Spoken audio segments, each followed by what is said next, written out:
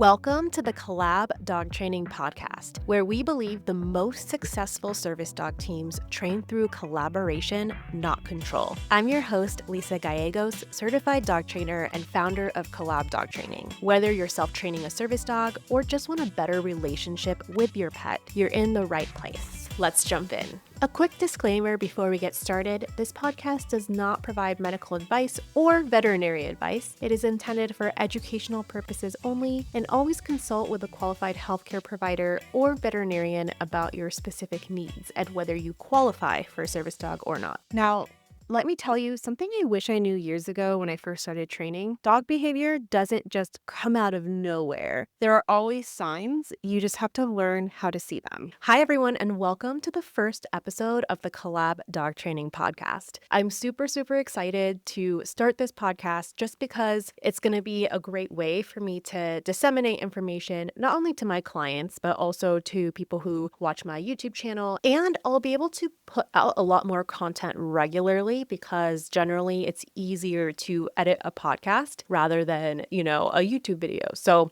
I'm still going to be doing YouTube, but I wanted to do this podcast to be able to put out some more regular content. And as I was planning this first episode, I realized if there's one topic I think every dog guardian needs to hear first, it's body language. Whether you have a service dog, a pet dog, a therapy dog, a working dog, body language is so important. Honestly, even if you don't have a dog, but you are ever going to interact with a dog in your life, body language is important as well. And I think people should spend more time really trying to understand the more nuanced body language signals that our dogs show us and display. And dog body language, it's weird because people feel like they understand it, but based off of what people find funny seeing on Instagram, where a dog is really stressed with a kid, hugging the dog, what people find quote unquote funny with dogs shows that people really do lack a solid understanding of some of the more subtle body language signs. By understanding dog body language, it's going to put you ahead of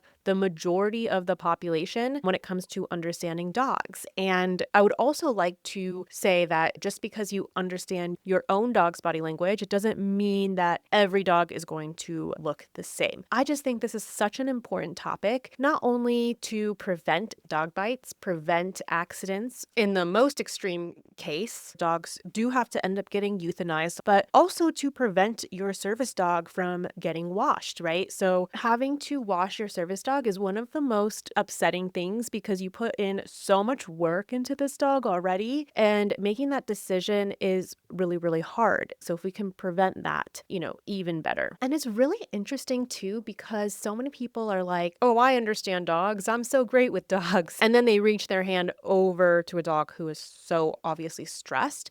And I think the confusion is because people seem to feel like they know dogs because they know that if a dog, for example, is cowering in the corner or barking, growling, lunging at them at the end of the leash, then that dog is obviously upset. But these are behaviors that people see when a dog is way past their threshold, way overstimulated, etc.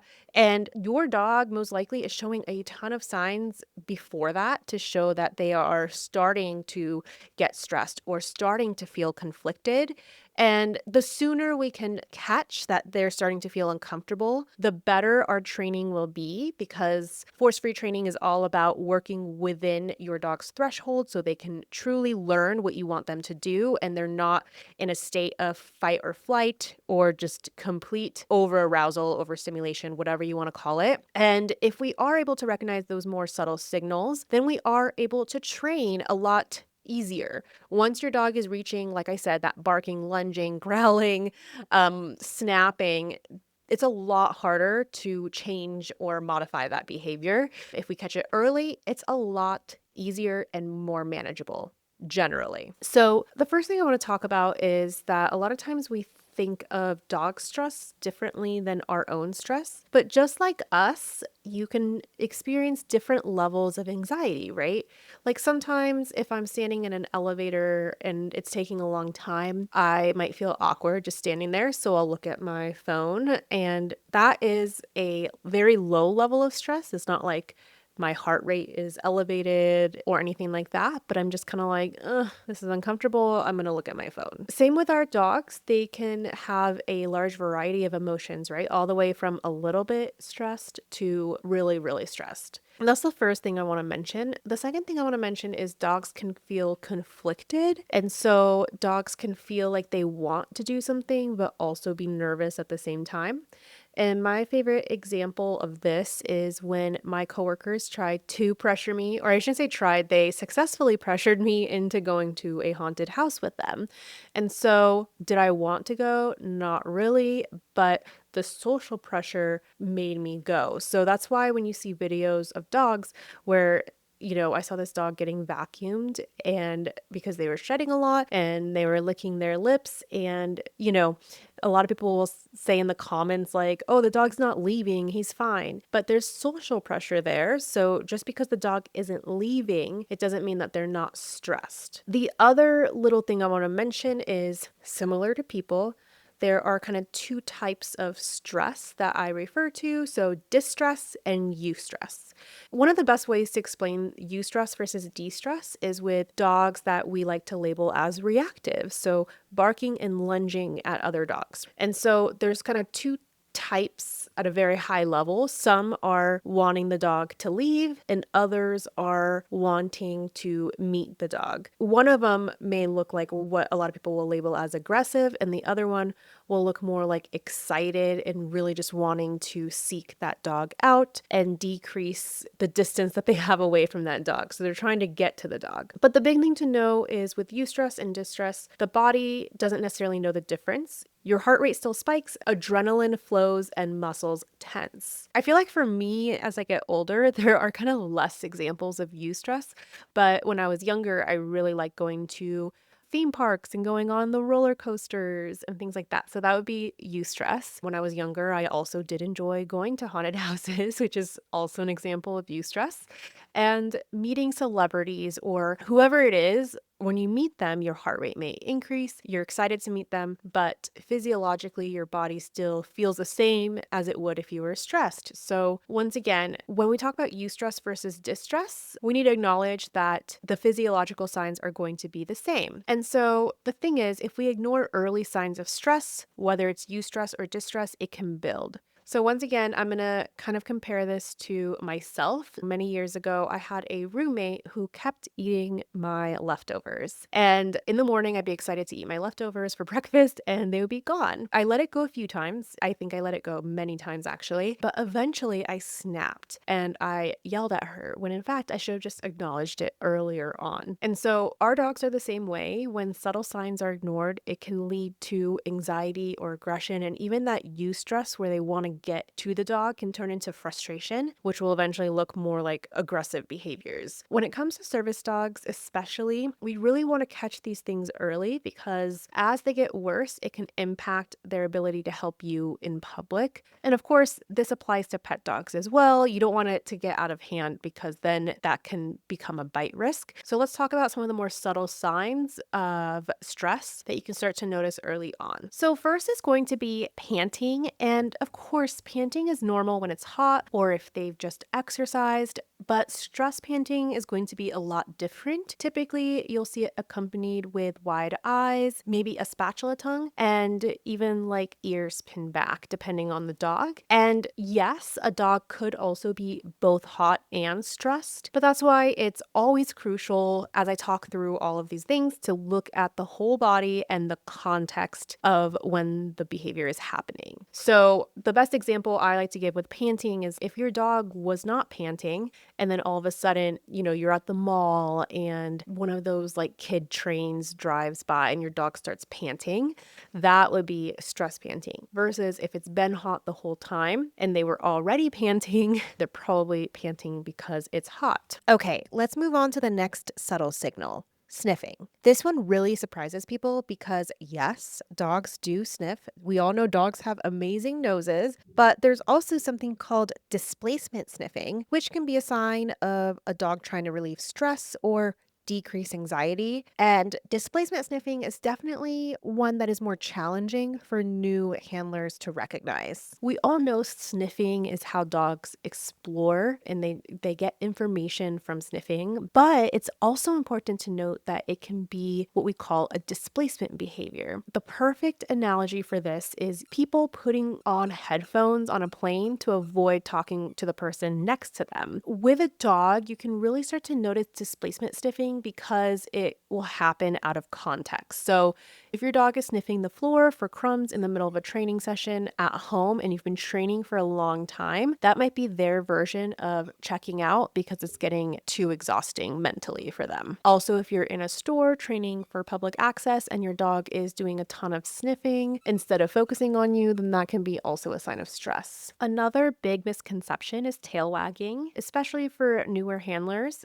Tail wagging does not always mean happy. It means aroused. So dogs can wag their tails when they're excited, but they can also wag their tails when they're stressed, scared, or amped up. And in general, a high, stiff wag, especially when the rest of their body is stiff, isn't going to be the same as a soft, loose wag. Additionally, if a dog is nervous and they're kind of rolling onto their back as you bring out the nail clippers and you'll see kind of like a quick, low tail wag, that is a sign of anxiety. So my pet peeve is when people say, my dog's friendly, his tail is wagging. It really, really upsets me because it just shows that they don't know anything about dog body language. Next is going to be yawning, lip licking, and scratching. These are common stress signals, especially in places like the vet, the groomer, or when people start to dress their dogs up in costumes. But once again, context is going to be key. So if your dog is scratching all day, obviously that's probably going to be allergies or it could be fleas as well. But if they're scratching only when, you're at the vet or only when you're trying to practice a heel in a store and they're constantly stopping to scratch in that context, then that could be a sign of stress. Same thing with lip licking. That could be stress as well, especially at the vet's office or during grooming. But if they're lip licking all day, that's also not a good sign. I would check for dental issues or I would just ask your vet what is up with that because that's not normal. And then yawning as well. Once again, within context, you're going to get sick of hearing me say that. But obviously, if the dog just woke up from a nap, then they're yawning because they just woke up from a nap. But if they're yawning a lot at the vet or as you're doing their nails, then that can be a sign of stress. The key thing to remember is when it's related to stress, you'll see these signs kind of correlate with the stressful event or trigger. Let's talk about food related changes. So this is one of my favorite ways to kind of check in with my dogs and see how they're feeling. And that's because when dogs are anxious, their appetite will typically decrease. If they're suddenly taking treats slowly or taking their time to eat or maybe even spitting them out or refusing them completely, that's a red flag. Once again, within context. So if your dog hasn't been eating all day, then I would take him to the vet. So I just wanted to preface this by saying this is within context. So let's say you have a dog who is excited and wants to meet other dogs, and then suddenly they don't eat and it makes it hard to redirect. That is a sign that your dog is over threshold and your dog is starting to either experience some signs of eustress or distress. On the other hand, snatching treats really, really quickly can also be a sign of over arousal, overstimulation, because once again, they are just reacting at that point without thinking through what they're doing. And so I want you to think about it like this. So when a dog is anxious, their nervous system kicks into fight or flight mode. Because they're in fight or flight mode,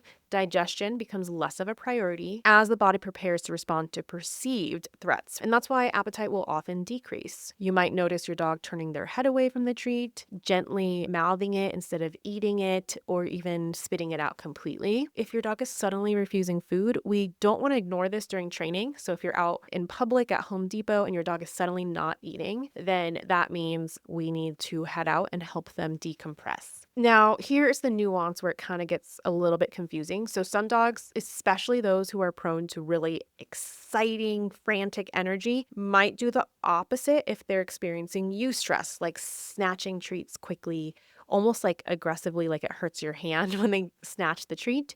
And while this can be mistaken for enthusiasm, it can also signal that arousal is tipping into overstimulation and that a sign that your dog is coping, not necessarily thriving. Every dog is going to be slightly different with how they take treats as they experience stress and depending on what the triggers are.